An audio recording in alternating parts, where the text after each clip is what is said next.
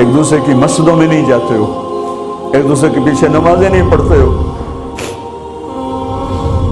جنت کے ٹھیکیدار بن گئے ہو.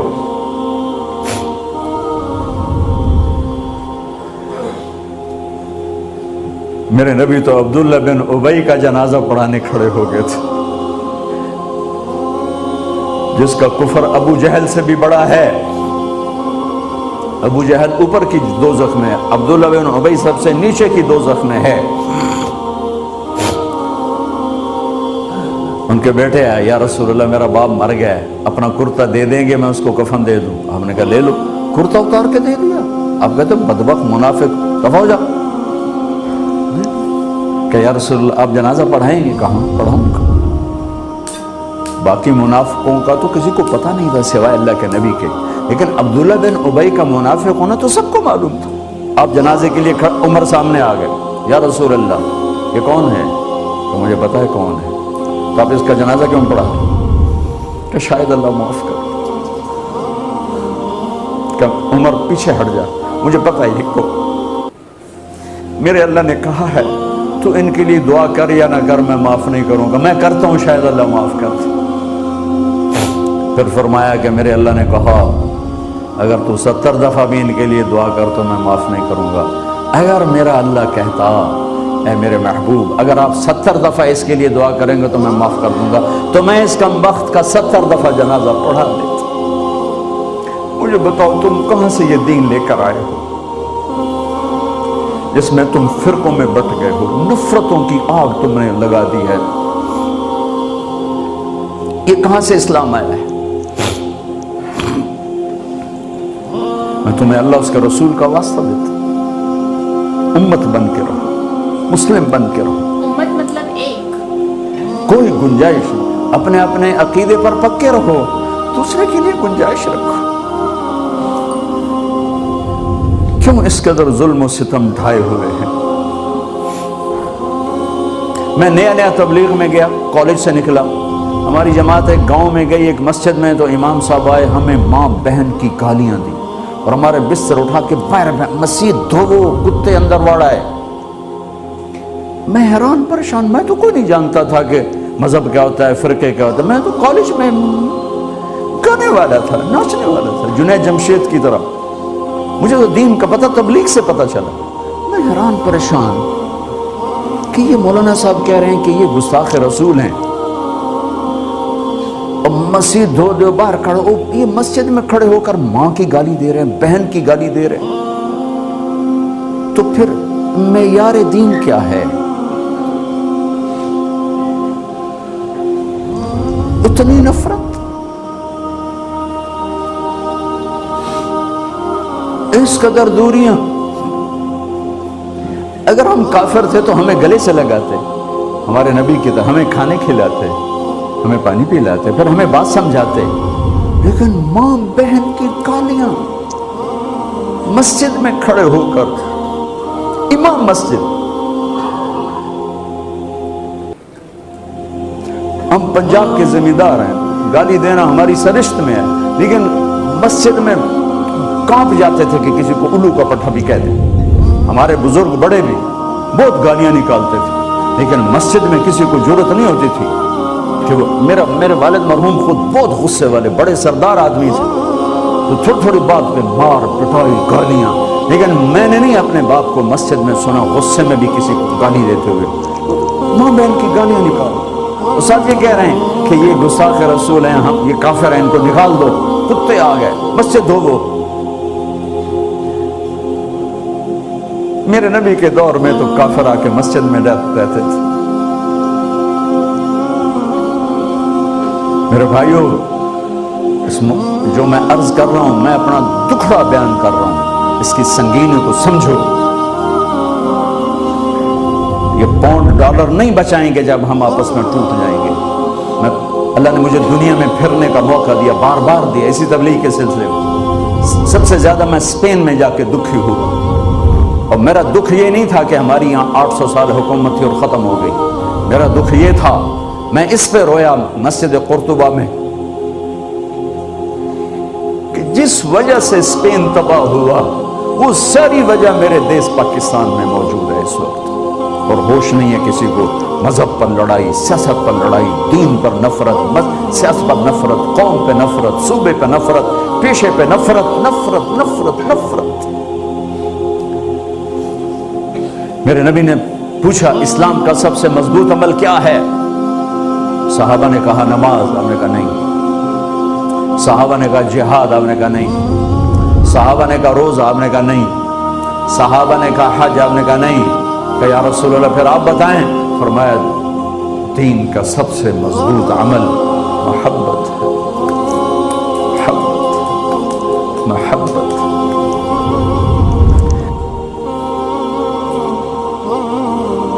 یہ تو میں نے پہلے بھی اسی لیے مجھے مولانا طارق جمیل کی یہ ساری چیزیں اچھی لگتی ہیں، کیونکہ ان کی باتوں میں یہ نہیں ہے کہیں کہ آپ ہندو ہو تو آپ مسلم بن جاؤ، مسلم ہو تو پتہ نہیں کچھ اور بن جاؤ۔ ان کی باتوں میں یہ رہتا ہے کہ ہاں سب سے زیادہ ضروری اچھی بات کیا ہے۔ تو ہندو میں بھی، ہم لوگ ہندو بھی ایک دوسرے کے پیچھے ہی لڑائی کرتے تھے۔ ابھی حال ہی کا ایک واقعہ تھا کہ ہاکی ٹیم میں جب ہاکی ٹیم نہیں جیت پائی تو کچھ سو کالڈ جو اونچے جات کے ہوتے ہیں وہ لوگ ان کے گھر جا کر کے ان کے یہاں گالی گلوچ کر رہے تھے کسی ایک پلیئر کے گھر میں جا کر کے، گھر کے باہر۔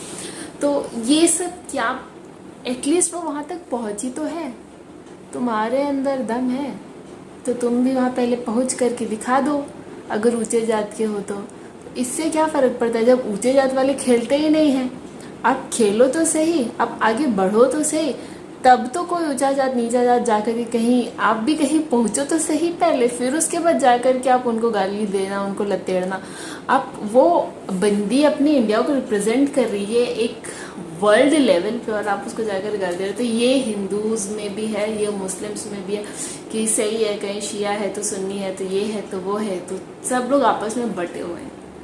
کوئی دشمن دیکھ لیتے ہیں تو بھلے ہم ایک ہو جاتے ہیں۔ بھلے جب برٹشرز آئے تھے تو انڈیا بن گیا تھا، مطلب انڈیا کا تو نام بھی انہوں نے ہی دیا تھا انڈیا، نہیں تو ہم تو بھارت تھے، ہم تو ہندوستان تھے۔ تو ہندوستان تو تبھی صرف ایک ہوا جب کوئی باہر کا کوئی ان کو دشمن دکھے گا تبھی ایک ہوں گے، نہیں تو یہ سارے بٹے ہوئے۔ سیم اسی طریقے سے مسلمس میں بھی ہے، مسلمس میں بھی باہر کا کوئی ایک دکھ گیا تو ایک دوسرے کے ایسا مولانا طارق جمیل جی خود بتا رہے ہیں کہ ایک دوسرے کے مسجدوں میں نہیں جاتے، ایک دوسرے کے مسجد میں چلے جائیں تو وہاں پہ بے عزتی کر دیتے تھے۔ تو یہ ساری باتیں جو انہوں نے کہیں، تو یہ سب سے بڑا ہے، سب سے بڑا نماز نہیں، جیسے ہم ڈاکٹر ذاکر نائک جی کا ہم سن رہے تھے تو 5 وقت کی نماز سب سے زیادہ ضروری ہے، اور ان کی سوچ مجھے لگتا ہے کہیں نہ کہیں مجھ سے ملتی جلتی ہے۔ تو سب سے زیادہ ضروری ہے محبت، سب سے زیادہ ضروری ہے اچھائی، آپ کے اندر کی اچھائی، آپ دوسروں سے کتنے اچھائی سے رہتے ہو، یہ ساری باتیں۔ جس طریقے سے انہوں نے بتایا کہ نبی